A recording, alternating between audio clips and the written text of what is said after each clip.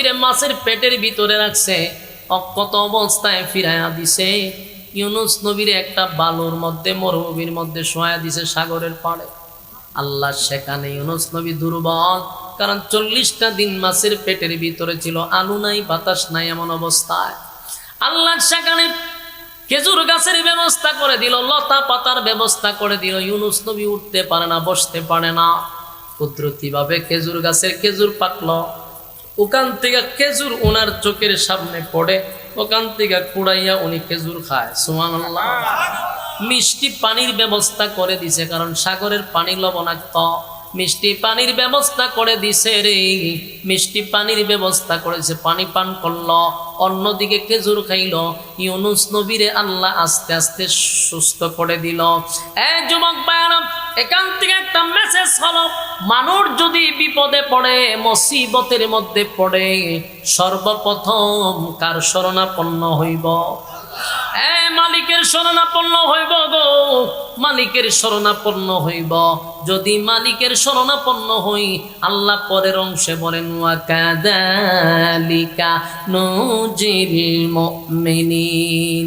শুধু ইউনুস নবীকে বাঁচাইছি এমনটা নয়, কিয়ামত পর্যন্ত যত মুমিন মুমিনাত বিপদে পড়ে আমি আল্লাহর কাছে সাহায্য চাইবে, আমি তাদেরকে ওইভাবেই হেফাজত করব। বলুন, মুসিবতে পড়লে কার কাছে চাইবেন? মালিক 24টা ঘন্টার ভিতরে ঘুমায় না। আপনি গভীর রজনীতে মুসিবতে পড়লে আমার মালিকরা আপনি সব সময় পাবেন। কিন্তু মানুষ আল্লাহর না ডাইকা অনেক সময় বাবার কাছে চায়, মাজারে চায়, বাজারে চায়। আপনি যে বাবার কাছে চাইলেন রাতের 12টার সময়, 2টার সময়, বাবা নাকো তেল দিয়া ঘুমায়। বাস্তব না বাস্তব? বাবার ঘুম আছে, বাবায় ঘুমায় রে। মাজারওয়ালা তো মইরা শেষ, মাজারওয়ালার কাছে চাইলেন, কিন্তু আপনি তাদের কোনো সাড়া পাবেন না। আর আল্লাহ কয়, লা তাখুযুহু সিনাতু ওয়ালা নাওম। আমি আল্লাহর ঘুম নাই, আমি আল্লাহর তন্দ্রা নাই। 24টা ঘন্টার একটা সেকেন্ড ঘুমাই না। আমার বান্দা কখন আমারে আল্লাহ বলে ডাক দিবে? ইউনুস নবীর আল্লাহ হেফাজত করলেন, কিন্তু শেষের অংশ আল্লাহ সুন্দর করে জানায়া দিয়েছেন, ওয়া কাযালিকা নুজিল মুমিনিন। মুমিনরা যদি মুসিবতে পড়ে যায়, আমি আল্লাহর শরণাপন্ন হইলে ঠিক এইভাবেই তাদেরকে মুসিবত থেকে উদ্ধার করব।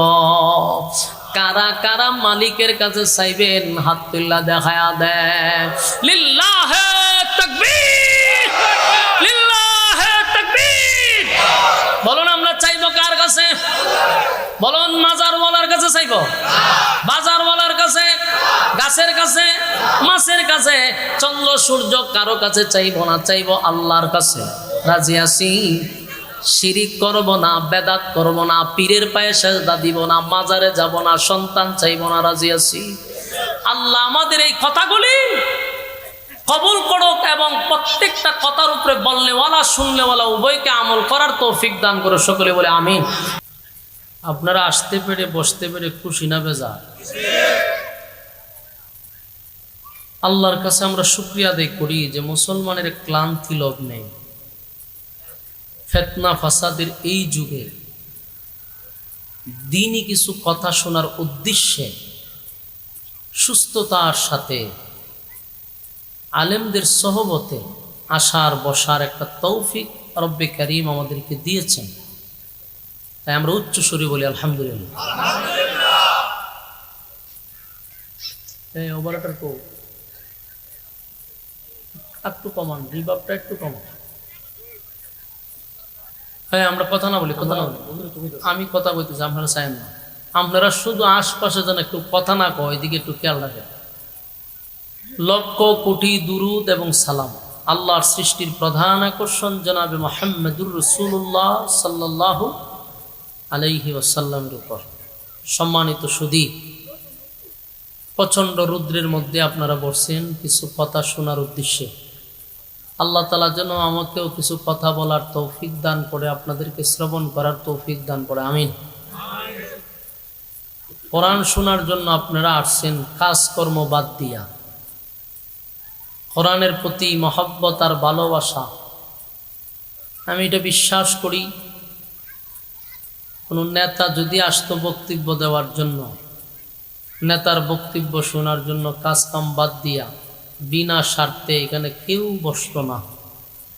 এখানে যত বড় নেতাই হোক, আপনাদের কিশোরগঞ্জের ফজু পাগলাই হোক, যত বড় নেতাই হোক, যত জনপ্রিয়তই তা হোক, কিন্তু তার বক্তব্য শোনার জন্য এখানে কেউ আসবে না। কারণ মানুষ স্বার্থের পিছনে দৌড়ায়। কিন্তু আপনারা যেখানে বলছেন কোনো স্বার্থ আছে? আপনারা বিরিয়ানি খাওয়াইব, ভাড়া দিয়ে দিব, একেবারে নিঃস্বার্থে লিওয়াজহিল্লাহ, আল্লাহর জন্য আপনারা বসছেন। আমি এটা বিশ্বাস করি, এটা সম্পূর্ণ কোরআনের আকর্ষণ, কোরআনের মহব্বত। আল্লাহ তাআলা আপনাদেরকে দুনিয়া এবং পরকালে সম্মান ইজ্জত দান করুক। এই ফুলাবা নাই প্রত্যেক আয়া ফুলাবা, তোর পিছনে যাবে, তোমরা এখানে সামনে করে বুঝছো, কথা কইও না, কথা কইও না, কথা কইলেই কথা কই তার মন চায় না, মেহেরবানি করে আমরা কথা না বলি। আপনারা বসছেন কোরআন শোনার জন্য। এই কোরআনের বয়স হলো ১৫০০ বছর। ১৫০০ বছর হয়ে গেছে কোরআনে। একটা শব্দ দূরের কথা, একটা নক্তা, একটা জের, একটা জবর আজ পর্যন্ত পরিবর্তন হয়েছে? কিয়ামত পর্যন্ত কেউ পরিবর্তন করতে পারবে? পৃথিবীতে বহু গ্রন্থ আছে, এই গ্রন্থগুলি ১০০ বছর হইলে পরে রাইটারকে এডি মাঝে বুঝলে যায়। শব্দ তো অনেক পরিবর্তন হই, রাইটারই মানুষ বুঝলে যায় যে এটা লেখককে। কিন্তু ১৫০০ বছর আগে কোরআন নাজিল হইছে, আজ পর্যন্ত একটা জবর জের লড়ছাড়া নাই। সুবহানাল্লাহ, সুবহানাল্লাহ। এটা কোরআনের এক মুজিজা, জীবন্ত মুজিজা। এটার পিছনে আবার একটা কারণ আছে। কোরআন আল্লাহ মানুষের হাতে দেয় নাই। কোরআন যিনি নাজিল করছে, হেফাজতের দায়িত্বটা উনি নিজের হাতে রাখছে। বুঝুননি কথা? বুঝলে কইবেন, দায়িত্ব খারাপ রাখছে আল্লাহর হাতে। যদি খালি কোরআনের দায়িত্বটা মানুষের হাতে দিত, রাষ্ট্রের হাতে দিয়া দিত, যে দেশ চালাইব তার হাতে কোরআন থাকবো, তাহলে 2024 সালে আইসা আপনি বিসমিল্লাহর বাড়াও তালাশ করে ফাইলেন নইলে এটাও গায়েব হয়ে গেল। এক এক সরকার আইসা এক একটা আয়াত উড়াই দিত, ঠিক না? এক এক সরকার আইসা বলতো যে নামাজের আয়াতটা থাকলে আমাদের সমস্যা, কারণ আমরা নেতারা তো আর সবসময় নামাজ টামাজ করি না। নির্বাচন আইলে মাথার টুপি টাপি লাগাই, পাঞ্জাবি টাঞ্জাবি লাগাইয়া ঘন ঘন মসজিদও যায়। আর এটা যে আমরা একটা বাপ ধরি, এটা পাবলিকও জানে। তবে এইরকম একটা বাপ সাপ ধরলে আমরা একটা লজ্জাও লাগে, কারণ নির্বাচনের পরে তার মসজিদের দিকে আর সাক্ষাৎ হয় না। সুতরাং নামাজের আয়াতটা থাকলে এটা আমরা একটা বিজ্জতি লাগে, এটা উড়াই দাও। সংসদ আইন ফাঁস হয়েছে, নামাজের আয়াত উঠে যেত না। সরকার যদি আইন ফাঁস করে, রাখার ক্ষমতা আছে কেউ? শেষ, আয়াত শেষ। এরপরে সরকার আয়া বলতো জিহাদের আয়াত উঠাইয়া দাও, সব উঠাই দিত। এরপরে সরকার আয়া হয়তো পর্দার আয়াত উঠাই দাও, যেহেতু আমাদের অনেক মহিলারা সমান অধিকার চায়, পর্দা করতে চায় না, রাস্তায় মানববন্ধন করে যে কুত্তা বিলায় যেহেতু উলঙ্গতা হয়, আমরা করে কাপড় ভরতাম, আমরা এই আইন মানি না। তখন দেখতেন সংসদ আইন পাশ হইত যে পর্দার আয়াত বাতিল। সব শেষে ডক্টর ইউনূস সেটা হইতো যে সুদের আয়াতটা থাকলে তো সমস্যা। এটা আমার প্রেস্টিজে লাগে, যেহেতু আমি আন্তর্জাতিক লেভেলের একজন এই মানের জিনিস, তো এই আয়াতটা থাকলে আমার শরম, সুদের আয়াত উড়াই দেন। শেষ আয়াত ডক্টর ইউনূস সুদের আয়াতটা উড়াই দিত। বাস্তব না বাস্তব? তো উড়াইয়া দিতে দিতে দিতে দিতে শেষ পর্যন্ত দেখতেন আগামী নির্বাচনে যেই বিজয় লাভ করতো, ইসলামিক দল ছাড়া যেই আইতো, আয়াসের একটার পর একটা হলে আয়াত উড়াইতেই থাকতো। পরে তো বিসমিল্লাহর বাও নাই। এই জন্য আল্লাহ জানে যে আমি কোরআন মানুষের হাতে দেই নাই, কারণ মানুষ উঠাইয়া দিবে, তাই কোরআনটা আমি আল্লাহর হাতে রাখছি। এই জন্য 1500 বছর পরেও দেখেন একটা জেরও লড়ছে না। সুবহানাল্লাহ। কেন জানেন? আল্লাহর হাতে দায়িত্ব। হেফাজত কে করবে? আল্লাহ কোরআনে নিজে বলছেন, ইল্লা লাহানু নাজ্জালনা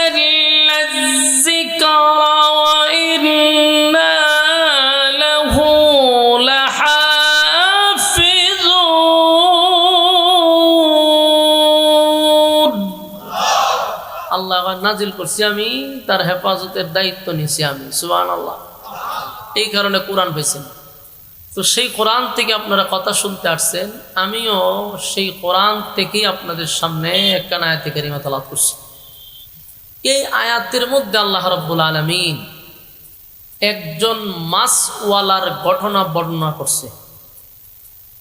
কি ওয়ালা? মাছওয়ালা। সাহিবিল হুদ অর্থ হইল মাছওয়ালা, ওয়াজান্নুন মাছওয়ালা। তাহলে আমরা আজকে শুনবো মাছওয়ালার ঘটনা। পৃথিবীতে যত নবী রাসূল আল্লাহ পাঠাইছে, শুধুমাত্র 2 জন নবী বাদে বাকি সমস্ত নবীরা কালেমার দাওয়াত দিতে গিয়া মাইর খাইছে, রক্তাক্ত হইছে। বলুন কয়জন নবী মাইর খাইছে না? 2 জন নবী মাইর খায় নাই, গাল মন্দ শুনে নাই। বাকি আমাদের নবী সহ সবাই কালেমার দাওয়াত দিতে গিয়া লাঞ্ছিত হইছে, রক্তাক্ত হইছে, মাইর খাইছে। খায় নাই শুধুমাত্র 2 জন নবী। এই 2 জন নবী কারা? এর মধ্যে একজন নবীর নাম হইল হযরত আদম আলাইহিস সালাতু ওয়াস সালাম। উনি কালেমার দাওয়াত দিতে গিয়ে মাইর হয়েছে না, গালিও শুনছে না। কেন বলেন তো? মানুষ সত্যি নাই, উনি দরতারছে বিষয়টা। মানুষ সত্যি না, তো মারবো কেডা, গালি দিব কেডা? উনি প্রথম মানুষ, তাই ওনারে মারারও কেউ নাই, গালি দিবারও কেউ নাই। 2 নম্বর হলো হযরত সুলাইমান আলাইহিস সালাতু ওয়াস সালাম। উনি গালিও শুনে নাই, মাইরও খায় নাই। বলুন তো কেন? বাদশা ছিল। বাদশারে কেউ গালি দেয়নি, দিলেও পর্দার ভিতরে, পর্দার বাইরে না। 16 বছর যে আমরা বাদশা আছি, মহিলা বাদশা, এই বাদশারে মাঝে গাইলেছে কোনানো গিয়া বাথরুমও গিয়া, ঠিক নেই? বাথরুমও গেছে, দরজা লাইতেছে আর গাইলেছে, কিন্তু পর্দার বাহিরে আবার গালি দিছে না।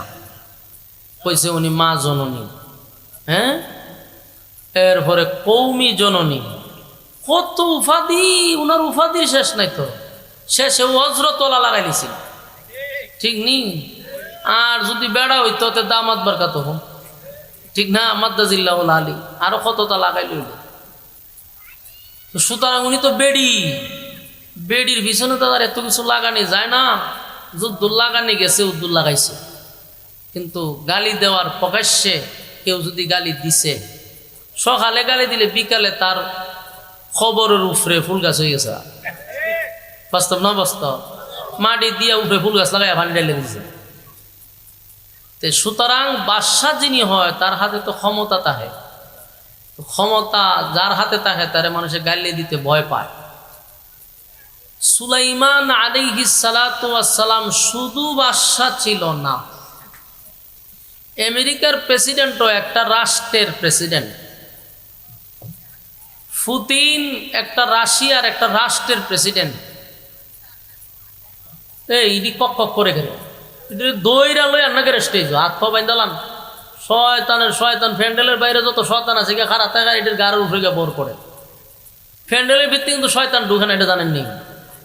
সব আপনার গাড়ির শয়তান, আমার গাড়ির শয়তান গেছে গো। প্রত্যেকটা মানুষের তো শয়তান, তা এটা জানেননি? আমার সাথে আছে, হাসান হিসাবের সাথে আছে, সবার সাথে শয়তান আছে। তুই যে ফ্যান্ডেলের ভিতরে ঢুকছেন, এখানে নাযালাত আলাইহিমুস সাকিনা, উপর থেকে সাকিনা নাজিল হইতেছে, এখানে শয়তান থাকে না। তুই সব শয়তানকে দাঁড়াইছে কোথায়? ফ্যান্ডেলের বাইরে। আর যেটি বাইরে যায় এটার উপরে বর করে। তুই এমনিতে একটা তা হের সাথে, এখন আমরা সবার টিকে হের উপরে বর করে। তে তো বিনা ব্যাটারিয়ে লড়ে, সাত ছাড় হই লড়ে। কেন লড়ে? ওই যে সব শয়তানকে বর করছে। এলে মেহরবানি করে ফ্যান্ডেলের বাহিরে থাকবেন, আপনি কিন্তু নিরাপদ না। আপনার সুয়া খালা ফুটু দিয়া গাঢ় পানি উনি ডাইলে ভরে ভিতরে ভিতরে ডুবাইতে হইব আল্লাহর হস্তে। যেটি কথা কইব বুঝবেন যে এর উপরে ভর করে লেছেন। থাফাদা দৈরই কয় একটা সুরা ফু দিয়া গাড়ের মধ্যে তাফা দিবেন। ইগানো আলোচনা হইতো যে ইগানো কক কক করে। মনোযোগ দেন, মনোযোগ দেন।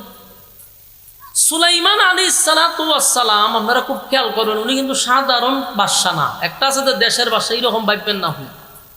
পৃথিবীতে আল্লাহ উনার আগে এত বড় রাজত্ব কাউরে দেয় নাই, কিয়ামত পর্যন্ত উনার মতো রাজত্ব আর কাউরে আল্লাহ দিবে না। দেখেন তো সুবহানাল্লাহ আছেনি কেন? থাকলে হয়ে নেবেন। সুলাইমান নবীর এত বড় রাজত্ব আল্লাহ দিছে, আসমানের নিচে যত জায়গা সব জায়গার বাদশাহ উনি। আল্লাহ ওনারে কিছু বিশেষ গুণ দিছিল যা পৃথিবীর কোনো বাদশার আল্লাহ দেয় না। উনি বাতাসের কথা বুঝত, বাতাস ওনার নিয়ন্ত্রণে থাকত। উনি পাখিদের কথা বুঝত, উনি পিঁপড়ার কথা বুঝত, সাগরের মাছের বিচার করে দিত, পিঁপড়ার বিচার করে দিত, ফাঁকিরা ঝগড়া লাগলে সেখানে বিচার করত, বাতাস নিয়ন্ত্রণ করত। সুলাইমান আলাইহিস সালাতু ওয়াস সালাম জিন্নাতকে নিয়ন্ত্রণ করত। আপনারা বুঝেননি ওনার ক্ষমতাটা কি পরিমাণ। এখন সবচেয়ে বড় উন্নতের যুগ, প্রযুক্তির যুগ।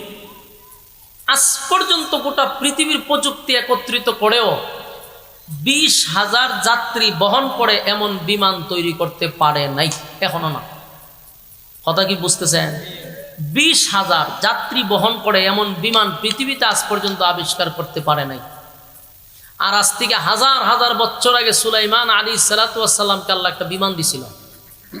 সেই বিমানটার মধ্যে 1 লক্ষ যাত্রী বহন করত। চিন্তা করছে? এত উন্নতির যুগ, টেকনোলজির যুগ, এত কিছু হয় বা পৃথিবীতে এখন, কিন্তু 20,000 যাত্রী বহন করতে পারে বিমান তৈরি এখনো করতে পারে নাই। আর 1 লক্ষ যাত্রী বহন করতো আরো কয়েক হাজার হাজার বছর আগে। আবার এটার এমন এক প্রযুক্তি, বিমানে তেলও লাগে না, পেট্রোলও লাগে না, পানিও লাগে না। উনি বাতাসে নিয়ন্ত্রণ করে বিমান চালাইতেন। আবার এই বিমানের জন্য নির্দিষ্ট কোনো এয়ারপোর্টের দরকার নাই, যেখানে মন সেখানে ল্যান্ড করতো। সুবহানাল্লাহ। তো এমন নবী, উনিও দিনের দাওয়াত দিছে, কিন্তু ওনারে কেউ গালিও দেয় নাই, ওনারে কেউ গালিও দেয় নাই, ওনারে কেউ মারেও নাই। কেন? উনি সাধারণ কোনো বাদশা ছিল না, গোটা পৃথিবীর বাদশা ছিল। যাই হোক, আমার আলোচনার সাবজেক্ট এটা না, শুধু বুঝাইতে চাচ্ছি। সব নবীরা মায়ের খাইলো, 2 জন নবী মায়ের খাইলো না। কারণ এই দাওয়াত দিতে গিয়ে সবাই মায়ের খাইছে। তো ইরাকের একটা জায়গার নাম হইল নিনওয়া নামক শহর। ইরাকের কোনো একটা জায়গার নাম নিনওয়া নামক শহর। ওই শহরে বসবাস করত প্রায় লক্ষাধিক, 5 লক্ষ মানুষের মতো বসবাস ছিল। ওই নিনওয়া নামক শহরে একজন নবী, যেই নবীর উপাধি হইল ওয়াজান্নুন, মাছওয়ালা। ওই নবীর উপাধি কি? মাছওয়ালা। উনি নিনওয়া নামক শহরের পয়গম্বর। কারণ আগে আঞ্চলিক নবী ছিল, গোত্রের নবী ছিল, শুধু আমাদের নবী হলেন বিশ্ব নবী। আর বাকি সব নবীরা এক একটা দেশের নবী, গোত্রের নবী, আঞ্চলিক নবী। তাই হযরত ইউনুস আলাইহিস সালাতু ওয়াস সালাম, ওনার উপাধি হইল মাছওয়ালা। উনি নিনওয়া নামক শহরে বসবাস করতেন, ইরাকে। তো আল্লাহ ওনারে উপাধি দিল মাছওয়ালা। পৃথিবীতে আর কেউ এই উপাধি পায় নাই, পাবেও না। তাহলে মাছওয়ালা উপাধি দিল কেন? উনি কি মাছ বিক্রি করত? মাছ চাষ করত?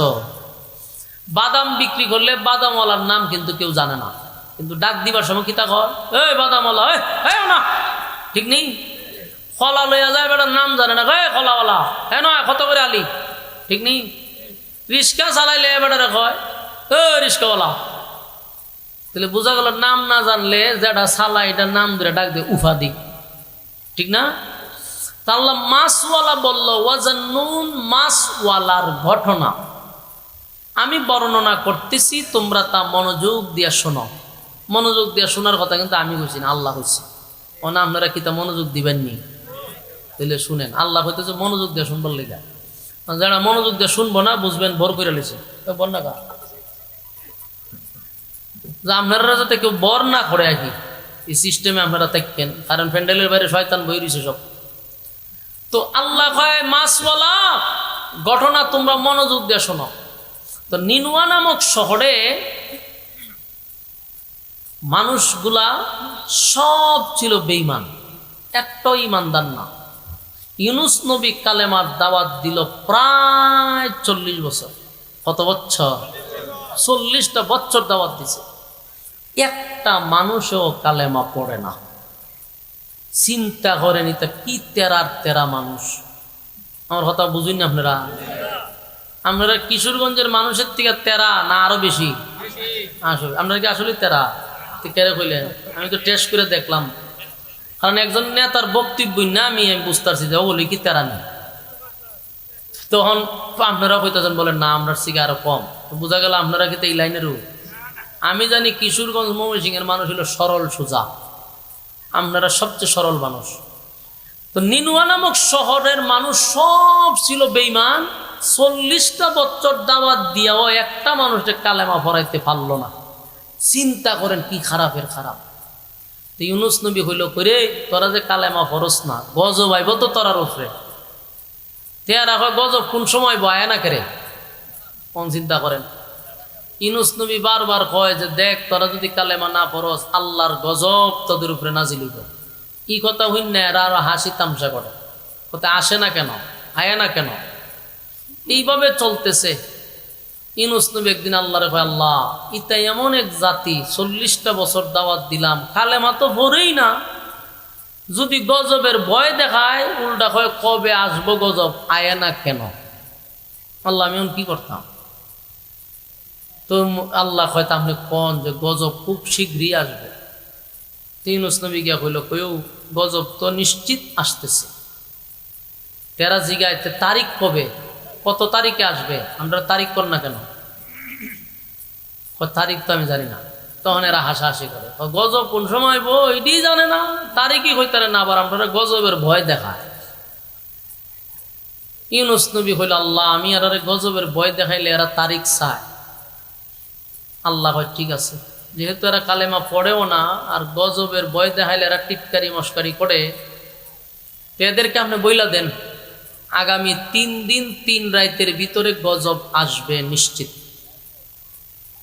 ইউনুস নবী তাদের কাছে গিয়া বলল যে তোমরা যে আমার কথা মানলা না, টিটকারি মস্কারি করলা, আল্লাহ বইলা দিছে আগামী 3 দিনের ভিতরে, আগামী 3 দিন 3 রাতের ভিতরে গজব আসবে, অপেক্ষা করো। আল্লাহ রাব্বুল আলামিন বলেন ওয়াজান্নুন, মাসওয়ালার ঘটনা বর্ণনা করতেছি, তোমরা তা মনোযোগ দিয়া শোনো। নিনুয়া নামক শহরের মানুষগুলা আসমানের দিকে তাকাইয়া দেখে গজবের আভাস চলে আসছে। মানুষ কয় আর দেরি করা যাবে না, অন্যায় করছি, অপরাধ করছি রে। 40টা বছর ইউনুস নবী আমাদেরকে দাওয়াত দিছে, কত গালমন্দ করলাম, কত রক্তাক্ত করলাম, কোনোদিন প্রতিবাদ করে নাই, আমাদের দিকে চোখ রাঙ্গায়া তাকায় নাই, এক ছাটিয়া একতরফা নির্যাতন সহ্য করছে, নিঃস্বার্থে আমাদেরকে দাওয়াত দিছে, আমাদেরকে গজবের ভয় দেখাইছে, আমরা হাসি তামসা করলাম। আজকে গজবের দিন তারিখ ঠিক কইরা বলছে, তারপরও আমরা শুধরাইলাম না।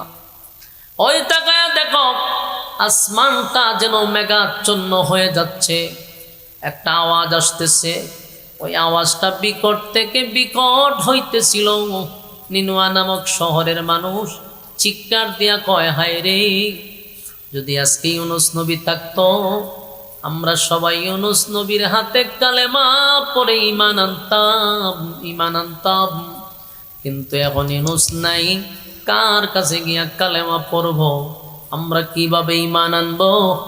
এই নিনুয়া নামক শহরের মানুষ বলে এখন ইউনুস নবীরে তালাশ করেও কোনো লাভ নাই রে, যেহেতু আমাদের মাথার উপরে গজব আসতেছে, সুতরাং দেরি করে লাভ নাই, আমরা যতটুক পারি ততটুক শুধরানোর চেষ্টা করি।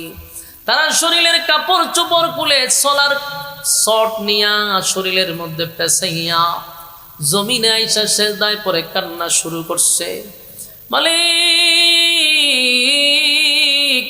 বুঝতে পারি নাই অন্যায় করে ফেলছি, তোমার নবীর উপরে জুলুম করছি আল্লাহ, আমরা এতদিন বুঝতে পারি নাই আমাদের নবী আমাদেরকে দাওয়াত দিল, তার কালেমার দাওয়াতটা গ্রহণও করলাম না, সুতরাং তার উপরে আমরা নির্যাতন করলাম। হায় রে, নিনুয়া নামক শহরের মানুষগুলা এমন কান্না শুরু করছে আর নিজে নিজেই কালেমা পড়া শুরু করছে।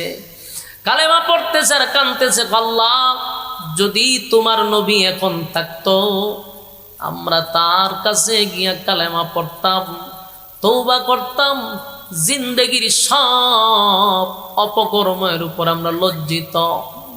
নিজে নিজেই তারা কালেমা পড়তেছে আর বলতেছে, আল্লাহ কোথায় আমাদের ইউনুস নবী, আল্লাহ আমাদের নবীকে আমাদের কাছে ফিরাইয়া দেন, আর কোনোদিন ওনার সঙ্গে আমরা খারাপ আচরণ করব না। যেই মাত্র তারা কালেমা পড়া শুরু করছে, সব মানুষ জমিনে এসে কালেমা পড়া শুরু করলো। কালেমা পইরা তাদের সমস্ত অপরাধ তারা স্বীকার করছে, আল্লাহর দরবারে তওবা করছে, কান্নাকাটি শুরু করছে। আল্লাহ ডাক দিয়া কয়, জিবরাইল রে, আমার গজব তো যায় নাফরমানের জন্য, নাফরমানের জন্য আমার গজব, কিন্তু এখন দেখতেছি এই জায়গায় কোনো নাফরমান নাই। গোটা নিনুয়া নামক শহরের মানুষগুলি কালেমা পড়ে ঈমান আনছে, এমনকি তারা আমি আল্লাহর উপরে ঈমান আনছে, অপরাধ তারা স্বীকার করছে। এখন আমি গজব দিলে তো নাফরমানের উপরে গজব যাওয়ার কথা, এখন কি আর নাফরমান আছে? কোন নাফরমান নাই, তাহলে গজব আমি কার উপরে দিব? গজব উঠায় আনে। আস্তে আস্তে তাকায়া দেখে বিকট থেকে বিকট যে আওয়াজটা ছিল এটা আস্তে আস্তে কমে যায়। কালো দুয়াশার মতো যে একটা মেঘাচ্ছন্ন ছিল এটা আস্তে আস্তে উপরের দিকে উঠে যায়। নিনুয়া নামক শহরের মানুষ বুঝতে পারছে আমরা কালেমা পড়ার কারণে, নিজের অপরাধগুলি মালিকের কাছে স্বীকার করার কারণে মালিক আমাদের উপর দিয়ে গজব উঠায়া নিছে। গজব উঠায়া নিছে রে, গজব উঠায়া নিল। নিনুয়া নামক শহরের মানুষ সব কালেমা পড়ছে, আল্লাহ গজব উঠায়া নিছে। কথা বুঝতেছে? কিন্তু ইউনুস আলাইহিস সালাতু ওয়াস সালাম শহর ছেড়ে দূর, বহুদূর চলে গেছে। ইউনুস নবী জানে না তার শহরের মানুষদের কালেমা পড়ে ঈমান আনছে।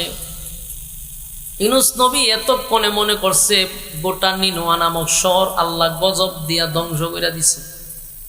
উনি তো আর গায়েব জানেন না, তাই উনি ভাবতেছেন এতক্ষণে নিনুয়া নামক শহরকে আল্লাহ গজব দিয়া ডুবাইয়া দিছে, সব মানুষ ধ্বংস হয়ে গেছে। উনি শহরের বাহিরে আছে, ভাবছেন কয়েকদিন পরে আমি চলে আসব। এর মধ্যে নিনুয়া নামক শহরের একজন মানুষের সঙ্গে ইউনুস নবীর সাক্ষাৎ হয়ে গেছে। ওই লোকটা ইউনুস নবীর চিনে নাই, কিন্তু লোকটা গেছে শহর থেকে। ইউনুস নবী জিজ্ঞাসা, আপনার দেশের বাড়ি কোথায়? বলে, নিনুয়া নামক শহর থেকে আসছি। ইউনুস নবী আশ্চর্য হয়ে গেছে, আপনি নিনুয়া নামক শহর থেকে আসলেন কেন? ওই শহর কি ধ্বংস হয় নাই? ওই শহর কি ধ্বংস হয়ে যায় নাই? ওই লোকে হয় আপনারা কে বলছে?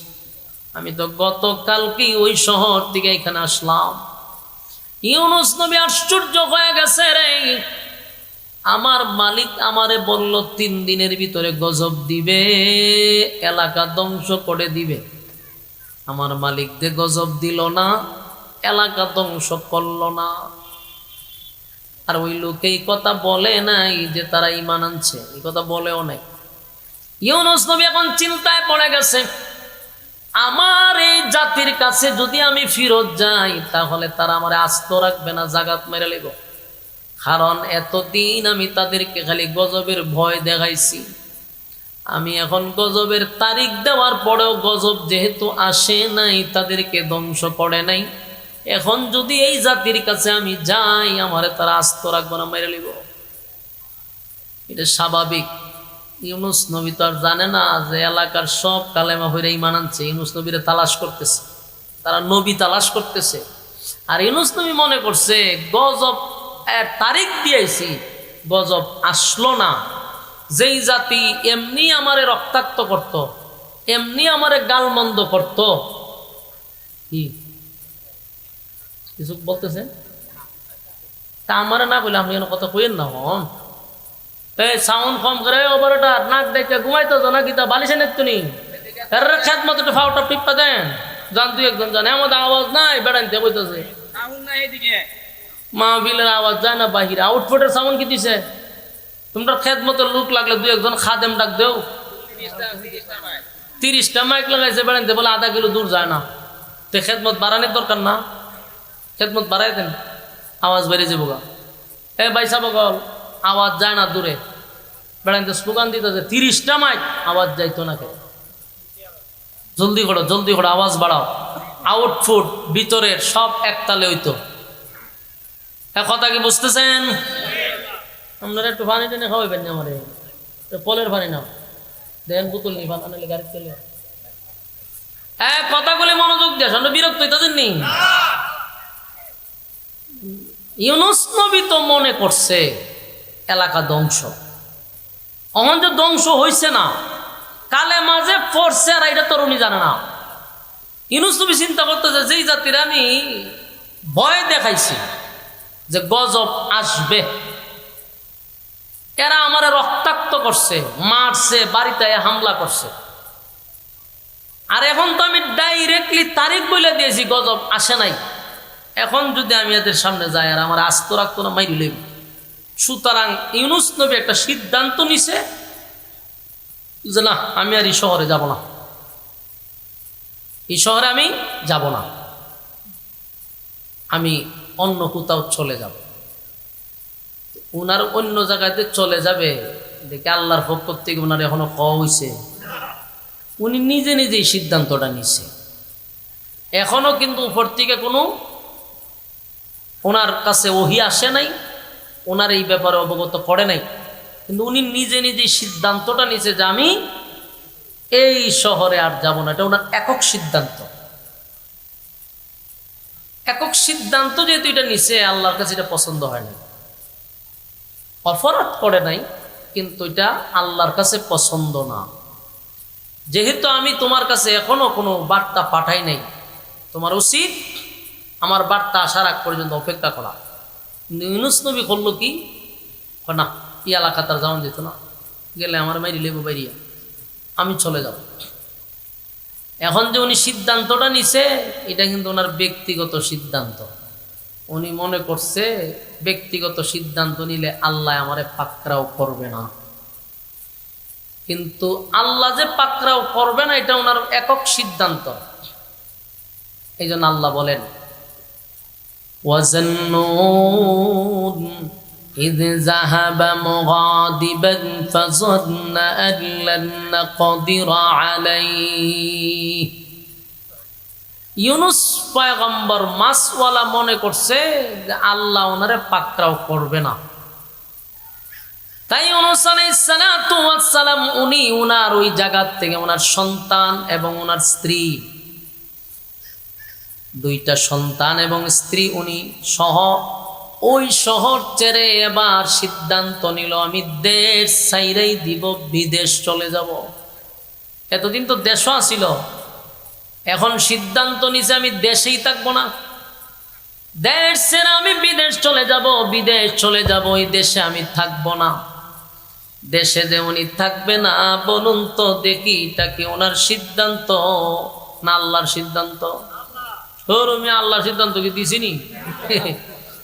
ওয়াজ কি মনোযোগ দিয়ে শুনতাছে, সারা রাত ইমাম সাহেব ওয়াজ করছে, ইউসুফ আর জুলেখা সোহাইল লাগে ইমাম সাহেবের দরজা ঠেলাইতেছে। ইমাম সাহেব কিতা কাচ্চা হুজুর খালাতে ওয়াজ করছিলেন, জুলেখা বেড়া না বেডি,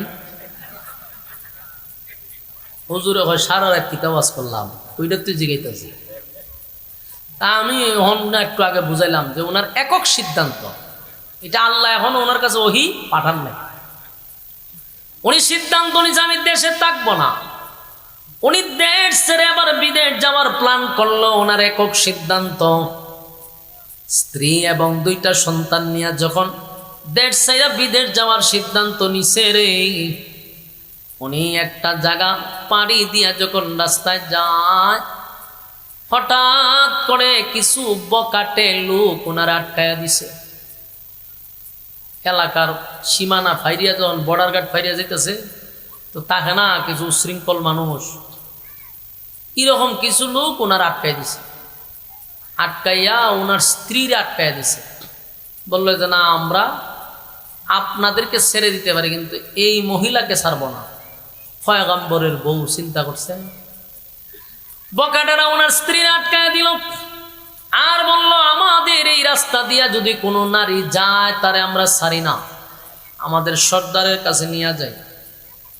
আল্লাহর পয়গম্বর বলল, শোনো, আমি আল্লাহর পয়গম্বর, উনি আমার স্ত্রী, সাবধান, আমার স্ত্রীর সঙ্গে তোমরা খারাপ আচরণ করবা না।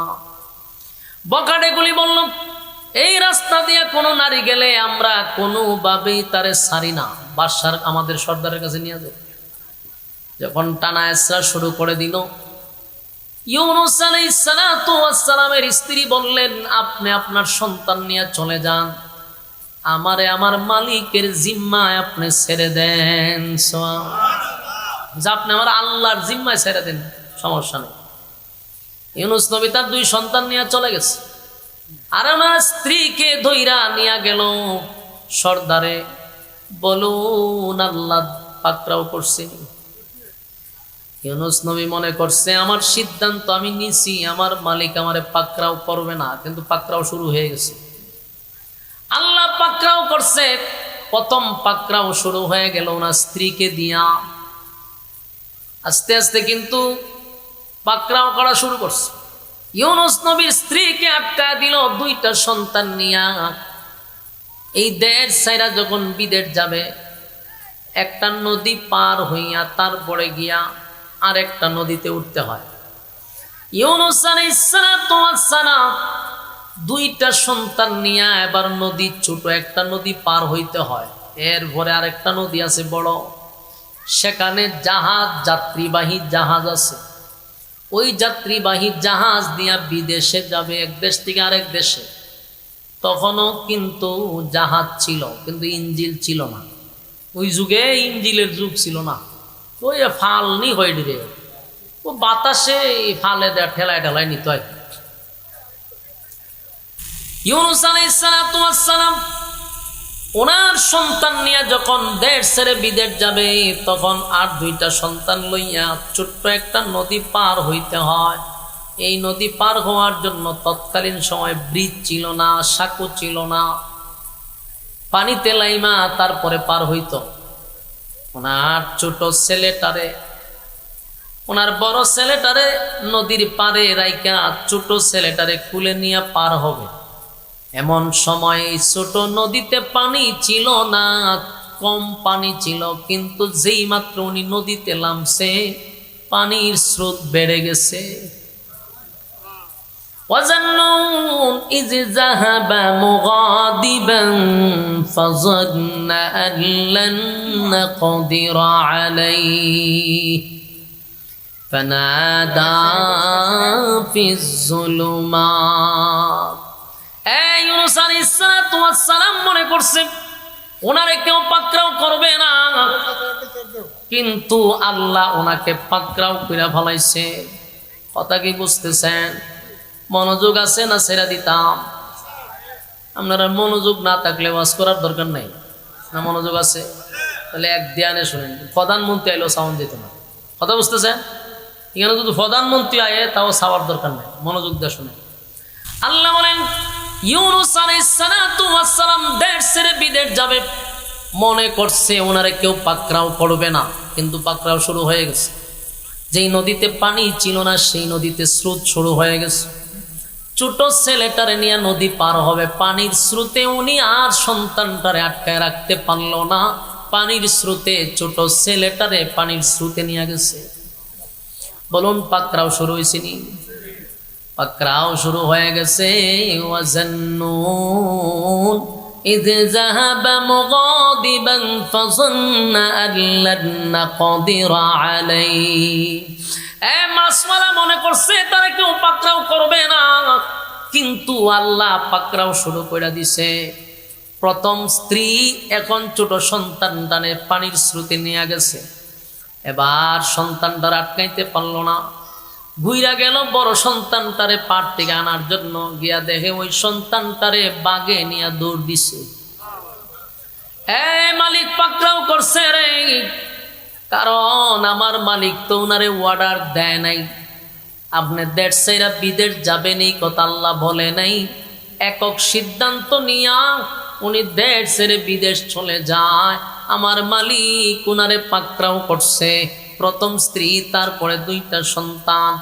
ভারাক্রান্ত মন নিয়া এক বুক কষ্ট লইয়া ইউনুস পয়গম্বরের ফরত থামে না।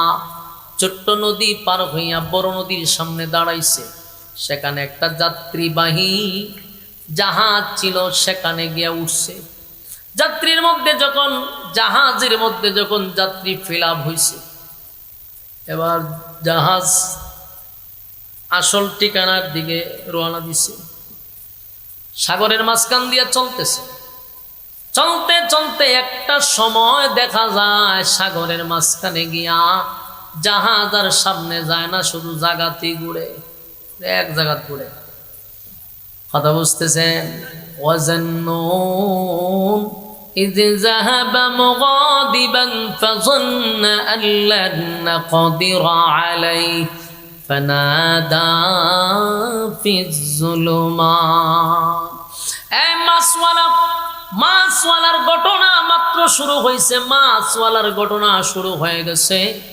মাছওয়ালা মনে করছে তারে পাকড়াও করবে না, কিন্তু আল্লাহ পাকড়াও করছে। এখন নদীতে এই সাগরে খালি জাহাজ জাগাতেই ঘুরে। ঘুরতে ঘুরতে জাহাজের মানুষগুলা চিৎকার চেঁচামেচি শুরু করছে, ঘটনা কি রে? প্রতিদিন এই জায়গা দিয়ে আমরা যাই, আজকে জায়গার মধ্যে ঘুরতেছে, ঘটনা কি? এবার যাত্রী সহ নাবিক সহ সবাই চিন্তায় পড়ে গেছে। এমন ঘটনা আগে ঘটে নাই, কি হয়ে গেল রে? সবাই চিন্তায় পড়ে গেছে। এবার তারা বৈঠক করল, কারণ ওই যুগের মানুষেরও মাথা ছিল, অনেক ব্রেনিয়া ছিল মানুষ। ব্রেনি থাকার কারণ আছে, তখনকার মানুষ আমাদের মতো এত গুনাহ করে নাই। আমরা চোখের গুনাহ করি, তাদের জামানায় চোখের এত গুনাহ ছিল না। আমরা যে মোবাইলের গুনাহ করি, এই গুনাহ তখন ছিল না। গুনাহ যত কম, মানুষের মেধা তত বেশি। মেধা ছিল প্রচুর। এই বুদ্ধি মতো করছে। বলে কি? বলে এই জাহাজের ভিতরে একজন গোলাম আছে যে মালিকের অর্ডার ছাড়া পলায়া যাওয়ার সিদ্ধান্ত নিছে। ঘটনাই কেন? তখন কয় সর্বনাশী, গোলাম কেমন এলো যেন? এখন গিয়ে অ্যালাউন্স করতেছে, এই যাত্রীর মধ্যে কেরে গোলাম আছো যে মালিকের অর্ডার ছাড়া পলায়ন করতেছ? তুমি তাড়াতাড়ি দাঁড়াও, তোমার জন্য আজকের এই বিপদ। ইউনুস নবীর ভিতরে তো 12টা বাজিয়েছে যে আল্লাহ আমারে পাকড়াও করছে। আল্লাহ আমারে, উনি জানে যে জাহাজের ভিতরে সেই গোলাম তো আমি, যে আমার মালিকের অর্ডার ছাড়া আমি দেশ ছেড়ে বিদেশ যাইতেছি। কিন্তু উনি যখন দাঁড়ায়া বললেন, আমি সেই গোলাম যিনি মালিকের অর্ডার ছাড়া আমি বিদেশ যাওয়ার জন্য রওনা দিছি।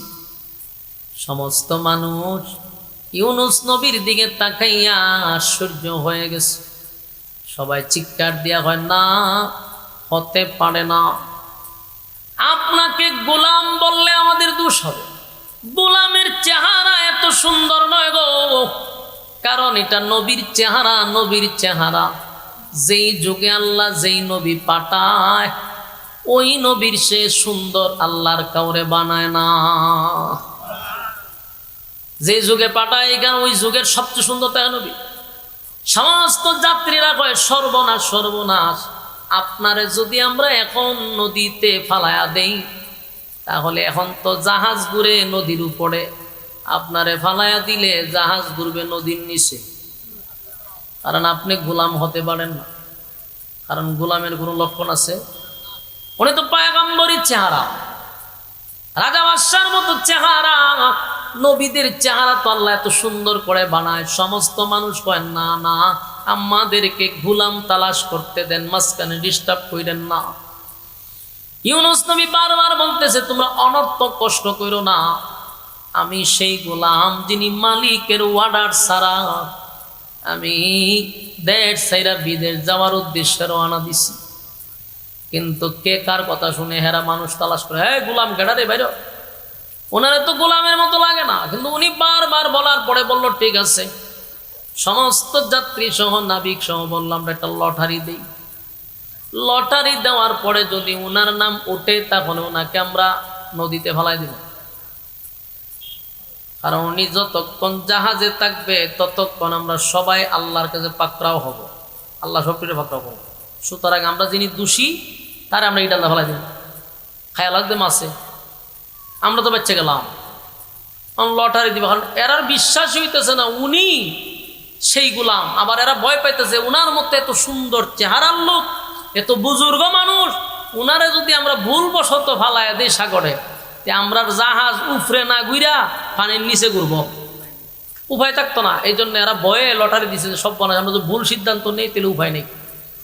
লটারি মারছে, সব মানুষের নাম দিয়া লটারি দিল, লটারির মধ্যে সর্বপ্রথম নাম উঠছে ইউনুস নবীর নাম। এরা নাম কুল্লা চাইয়া কয় সর্বনাশ, না এটা ভুলে উঠছে, আবার দেখ আবার দিছে লটারি, আবার ইউনুস নবীর নাম, না এখনো ভুলে উঠছে, আবার দিল ইউনুস নবীর নাম, আবার উঠছে ইউনুস নবীর নাম। সবাই খালি ইউনুস নবীর দিকে তাকায়, আমার লক্ষণ তো খারাপ রে। কিন্তু বারবার দেয়, একবার দুইবার না, 9 বার লটারি টানছে, 9 বার ইউনুস নবীর নাম, 9 বার উঠছে। পরে ইউনুস নবীর দিকে মানুষ সব চায় রয়েছে। তা আমরা ধারণাটা ফেলতে গেল গা, এত বুজুর্গ আল্লাহ আল্লাহ মানুষ, উনি বুঝি গুলাম, এরা তো জানে না কোন গুলাম, কথা বুঝতেছেন?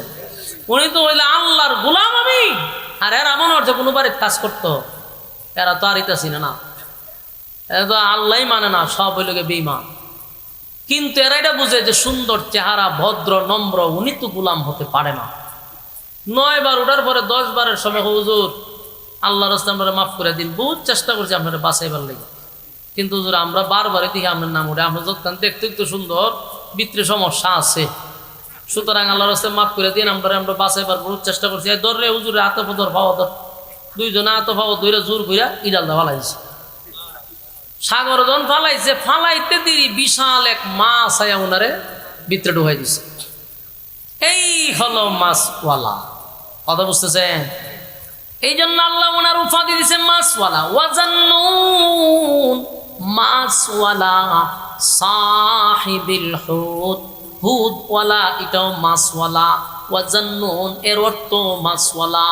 আল্লাহ কয় এতক্ষণে মাছওয়ালার ঘটনা, মাছ ওনাকে যখন সাথে সাথে ওনাকে ভিতরে নিয়ে গেছে, আল্লাহ কয় ওয়াজান্নুন إذ ذهب مغاضبا فظن أن لن نقدر عليه فنادى في الظلمات। আল্লাহ কয় মাছওয়ালা যখন সীমা লঙ্ঘন করছে, মাছওয়ালা যখন সীমা লঙ্ঘন করলো, মাছওয়ালা যখন দেশ ছেড়ে বিদেশ যাওয়ার সিদ্ধান্ত নিল, আমি আল্লাহ মাছওয়ালারে পাকড়াও করছি। মাছওয়ালারা যখন সাগরে নিক্ষেপ করলো, মাছ তারে গিলে ফেললো, মাছ ইউনুস নবীরে গিলছে। কিন্তু আল্লাহ ডাক দেয়া হয়, মাছ রে আমার ইউনুস রে তুই গিলতে পারবি, সাবধান হজম করতে পারবি না। মাছ তুই পেটের ভিতরে নিলি ঠিক, কিন্তু হজম করার ক্ষমতা আমি আল্লাহ তোরে দেই নাই। যখন ইউনুস নবী মাছের পেটের ভিতরে ঢুকলো, এত অন্ধকার, এক তো হলো সাগরের নিচে পানির অন্ধকার, আবার হলো মাছের অন্ধকার। যেই মাছটার ভিতরে প্রথম ঢুকছে ওই মাছটারে আরেকটা মাছে গিলে ফেলছে। যেই মাছে ওনারা খাইছে ওই মাছটারে আবার এর থেকে বড় এক মাছে গিলে ফেলছে। তাহলে 2 মাছের পেটের ভিতরে ইউনুস নবী, আবার পানির অন্ধকারে উনি। এতটা অন্ধকারের ভিতরে বৈশা ইউনুস নবী টের পাইছে, স্পষ্ট বুঝতে পারছে আমার মালিক আমারে পাকড়াও করছে। ইউনুস নবী মাছের পেটের ভিতরে গেল, কথা ঠিক, কিন্তু ইউনুস নবীরে মাছে হজম করতে পারলো না। আল্লাহ মাছের পেটের ভিতরে ইউনুস নবীরে অক্ষত রাখছে। সুবহানাল্লাহ। বলুন, কোন মানুষ কি মাছের পেটের ভিতরে গেলে অক্ষত থাকে? মানুষ কি কোনোদিন বাঁচতে পারে? না, ইউনুস নবী মাছের পেটের ভিতরে ছিল একদিন, 2 দিন না, 40 দিন পর্যন্ত। ইউনুস নবী মাছের পেটের ভিতরে যখন ছিল, একদিন মাছটা সাগরের একেবারে তলদেশে চলে গেছে। সাগরের তলদেশে যাওয়ার পরে ইউনুস নবীর কানের মধ্যে একটা আওয়াজ আসতেছিল, গুনগুন গুনগুন, এত মজা, এত মজার আওয়াজ। এই আওয়াজ শুনে উনি চিন্তায় পড়ে গেল। সাগরের তলদেশে মাছের পেটের ভিতরে তাইকা এমন সুন্দর আওয়াজ কিসের আসে রে? এমনি জিবরাইল আলাইহিস সালাতু ওয়াস সালাম হযরত ইউনুস নবীর কাছে আগমন করছে। জোরে জোরে কোন সুবহান। আমার যুবক ভাইরা, ইউনুস নবীর কাছে জিবরাইল আসছে রে, কারণ জিবরাইল এমন একজন ফেরেশতা, নবী যদি তাকে জেলখানায়, জিবরাইলও যায় জেলখানায়। নবী যদি তাকে মাছের পেটের ভিতরে, জিবরাইলও তাকে মাছের পেটের ভিতরে। নবী যদি তাকে গুহার নিচে, ওই যদি কূপের ভিতরেও তাকে, সেখানেও জিবরাইল গিয়া পৌঁছে যায়। নবী যদি হেরা পর্বতে যায়, জিবরাইলও হেরা পর্বতে যায়। ঠিক নেই? ইউনুস নবী মাছের পেটের ভিতরে চিন্তিত। ইউনুস নবীকে ওই জিবরাইল বলে, ও আল্লাহর পয়গম্বর ইউনুস, মাছের পেটের ভিতরে তাইকা কিসের তো চিন্তা? এবার ডাক দেয়া পায়, জিবরাইল রে, আমি আমার কানের মধ্যে একটা মজার আওয়াজ পাইতেছিলাম, কিন্তু আওয়াজটা কিসের বুঝতেছি না, কিন্তু আমার কাছে বড় মজা লাগতেছে। জিবরাইল পায়ে আওয়াজ হলো সাগরের তলদেশের বালকোনা মাছ, বিভিন্ন প্রাণীরা 24টা ঘন্টা মালিকের জিকির করে। সুবহানাল্লাহ। ইউনুস নবী আবার চিন্তায় পড়ে গেল, সাগরের গভীর তলদেশের বালকোনা যদি আমার মালিকের জিকির করে গো, আমি মাছের পেটের ভিতরে কি করি? সাথে সাথে উনি বলতে থাকলেন, লা ইলাহা ইল্লা আনতাস সুবহানাকা ইন্নী কুনতু মিনাজ জালিমিন। একবার, 2বার নয়, 1.5 লক্ষ বারের উপরে এই তসবিহ উনি পড়তেছিল। আল্লাহ বলেন, ওয়াজান্নুন ইয যাহাবা মুগাদিবান ফাযান্না আল্লান নাকদিরা আলাইহি ফানাদা ফিজ যুলুমাতি আল্লা ইলাহা ইল্লা আনতাস সুবহানাকা ইন্নী কুনতু মিনাল জালিমিন। ইউনুস আলাইহিস সালাতু ওয়াস সালাম মাছের পেটের ভিতরে বৈশা লা ইলাহা ইল্লা আনতাস সুবহানাকা ইন্নী কুনতু মিনাজ জালিমিন পড়তে লাগলো। ইউনুস নবী মাছের পেটের ভিতরে তাইকে বলে, মালিক, আপনি ছাড়া কেউ নাই, আপনি ছাড়া কেউ নাই। আল্লাহ আপনি এক অদ্বিতীয়, আল্লাহ আপনি পবিত্র, আল্লাহ আপনি পবিত্র। একের পর এক ইউনুস নবী তার নিজের কথাগুলি স্বীকার করে আল্লাহর দরবারে উনি সিলিন্ডার হয়ে গেলেন, নত হয়ে গেলেন, আল্লাহর পবিত্রতা বর্ণনা করতে লাগলেন আর বলতে লাগলেন, মালিক আমি অতি দুর্বল, আপনি পবিত্র। আল্লাহর দরবারে যখন উনি নিজেই উনার সব অপরাধগুলি স্বীকার করলেন, আল্লাহ আমার ঠিক হয় নাই, আমি আপনার হুকুম ছাড়া আমি দেশ ছাইরা বিদেশ যাওয়ার সিদ্ধান্ত নিছি, এটা আমার ঠিক হয় নাই।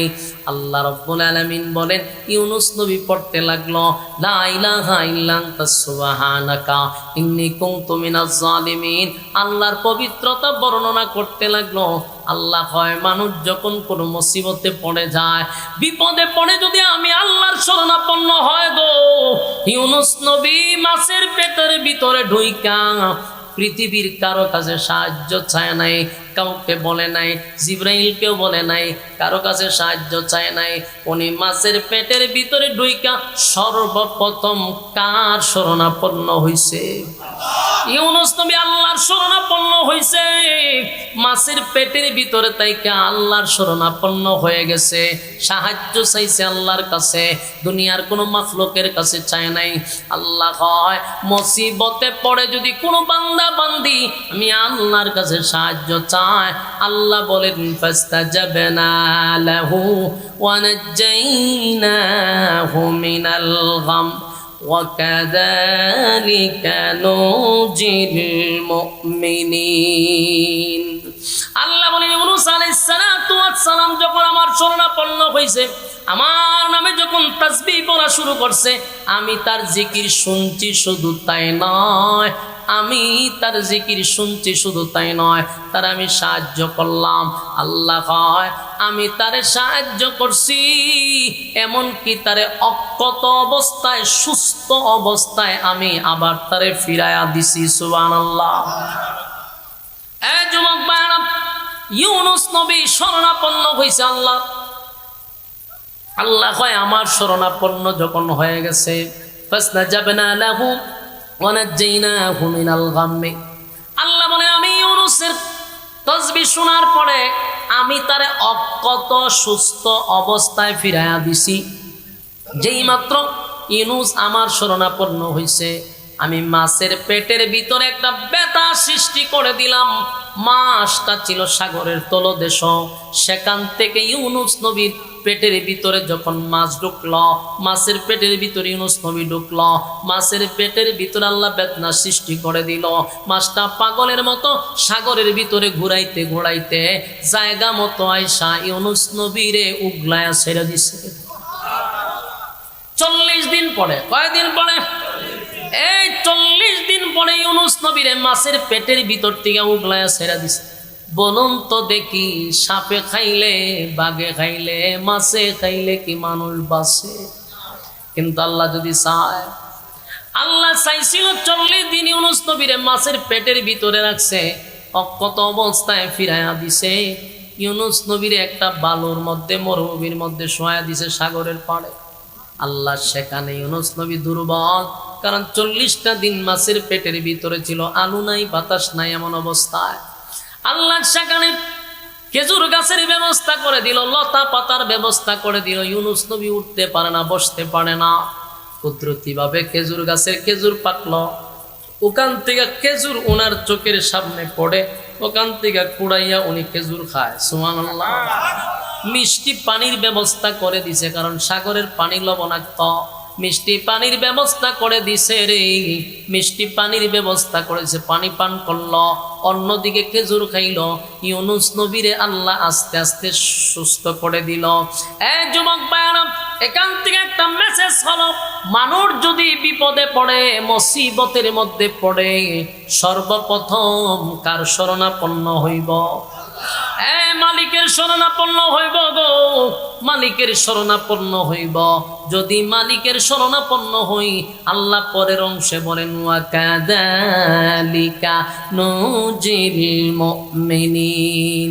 শুধু ইউনূস নবীকে বাঁচাইছি এমনটা নয়, কিয়ামত পর্যন্ত যত মুমিন মুমিনাত বিপদে পড়ে আমি আল্লাহর কাছে সাহায্য চাইবে, আমি তাদেরকে ওইভাবেই হেফাজত করব। বলুন মুসিবতে পড়লে কার কাছে চাইবেন? এই মালিক 24টা ঘন্টার ভিতরে ঘুমায় না। আপনি গভীর রজনীতে মুসিবতে পড়লে আমার মালিকরা আপনি সব সময় পাবেন। কিন্তু মানুষ আল্লাহর না ডাইকে অনেক সময় বাবার কাছে চায়, মাজারে চায়, বাজারে চায়। আপনি যে বাবার কাছে চাইলেন রাতের 12টার সময়, 2টার সময়, বাবা নাকো তেল দিয়া ঘুমায়। বাস্তব না বাস্তব? বাবার ঘুম আছে, বাবায় ঘুমায় রে। মাজারওয়ালা তো মইরা শেষ, মাজারওয়ালার কাছে চাইলেন, কিন্তু আপনি তাদের কোনো সাড়া পাবেন না। আর আল্লাহ কয় লা তাখুযুহু সিনাতু ওয়ালা নাওম। আমি আল্লাহর ঘুম নাই, আমি আল্লাহর তন্দ্রা নাই। 24টা ঘন্টার একটা সেকেন্ড ঘুমাই না। আমার বান্দা কখন আমারে আল্লাহ বলে ডাক দিবে?